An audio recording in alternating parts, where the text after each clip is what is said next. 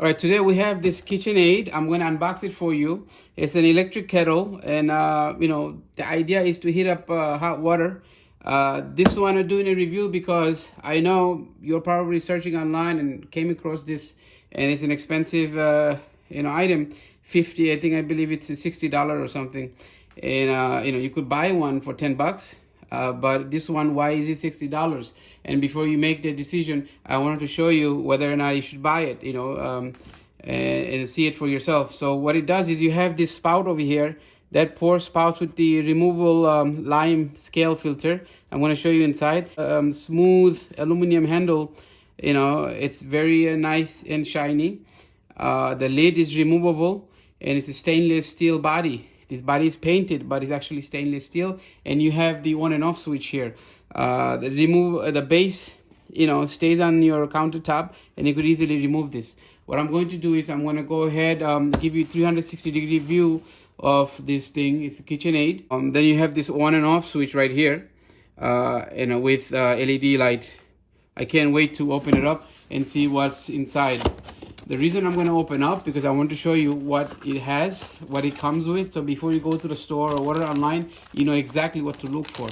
You have this registration card, and it comes with the instruction menu. I want to show you what else is inside. You just pull it out, and you got the box. I want to show you what's inside the box, as I always do. There's nothing there.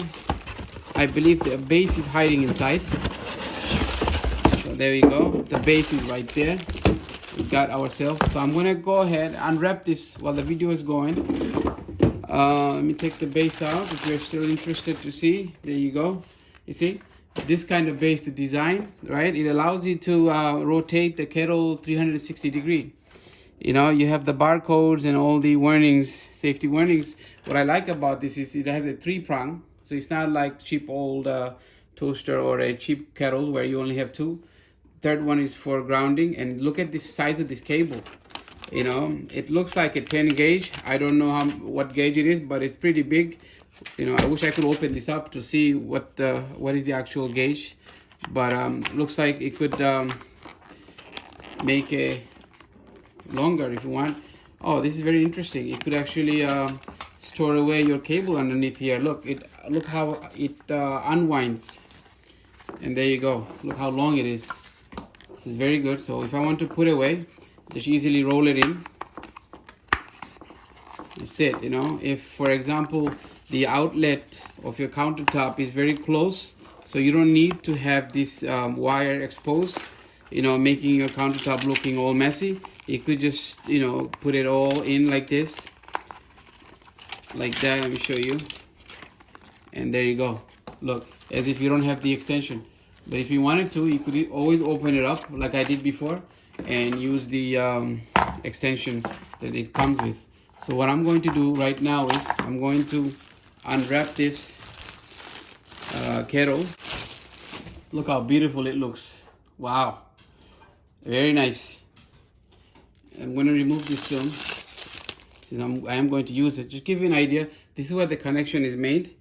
So it sits on the base and you rotate it 360 degree. Like so. Put it in.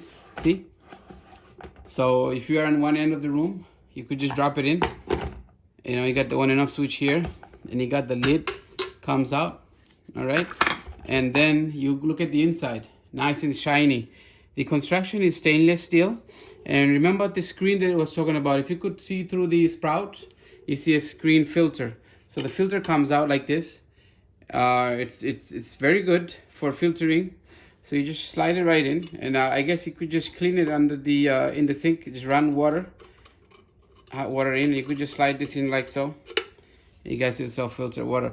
So what I would do is I would only use this to heat up hot water, and use the filter to screen out anything else that might be in the water. You got this nice handle. There you go. I'm gonna put some water in here and see how long it takes to heat up. So before the first use, we're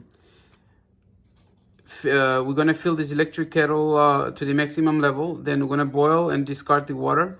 If this cord that you see, if it's too short, we could always unwrap it from the base for additional cord needed to plug in where you want to plug.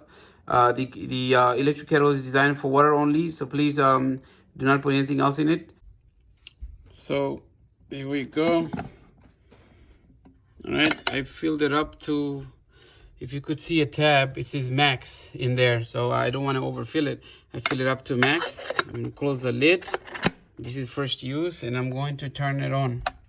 You see the LED light comes on, so I'm going to see how long it takes, and when it's done, we will pour the water out, and then it will be ready for use. So we are in the midway of the process. I don't know if you could hear that water noise.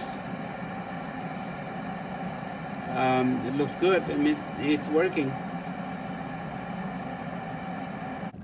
After a while, the noise eventually subsided, and you see the steam coming out. So I'm waiting for the LED light to go out, and the LED light went out, so that means the hot water is ready. So I'm going to go ahead and remove the lid to show you. You see the steam is coming out, so it is ready. That was very fast. So what I'm going to do is I'm going to take it to the sink and pour all the water out. Thank you for watching. Please don't forget to subscribe, like, and share this video with your family and friends. Thank you.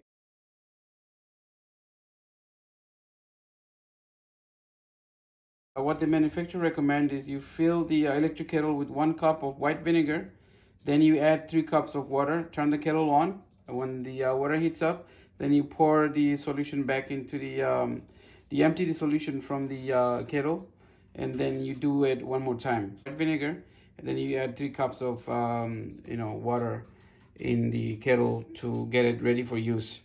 That will clean up any calcium deposit. And depending on the water hardness, you might have to repeat these cleaning process as mentioned in the manual.